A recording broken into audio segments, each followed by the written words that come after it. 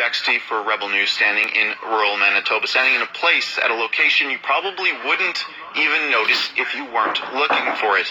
This is a COVID camp. One of the ones that the CBC doesn't want you to believe exists. In fact, article after article coming out of the CBC and every other mainstream media site, but particularly the CBC, who's running damage control for Justin Trudeau, they say that no sites like this, no, they're not real, they don't exist.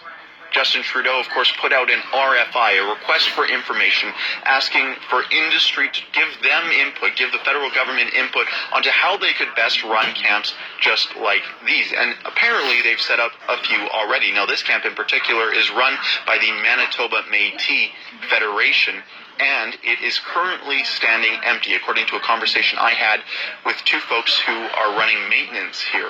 Now, they weren't wearing any masks when I was talking to them, so I tend to believe them that there's no COVID cases in here right now, but I'm also curious as to what the purpose of these camps are, especially when it comes to Justin Trudeau's camps. The RFI states that it's for health purposes and for dealing with the coronavirus pandemic, but it also says that people can be added to the roster of these camps' clientele for any other requirement that the federal government has. What are those requirements, and why is the CBC so concerned with you knowing that camps like this already exist? Now, this camp in particular has raised some concerns with the local community. Portage, Manitoba, just a few kilometers north of here, well, their newspaper put out this article. They were concerned about the ominous barbed wire that is around this facility. It's pretty ominous. Now, Justin Trudeau is furious about articles like that and stories like you're listening to right now. He doesn't want you to know what's going on. He doesn't want you to think at all.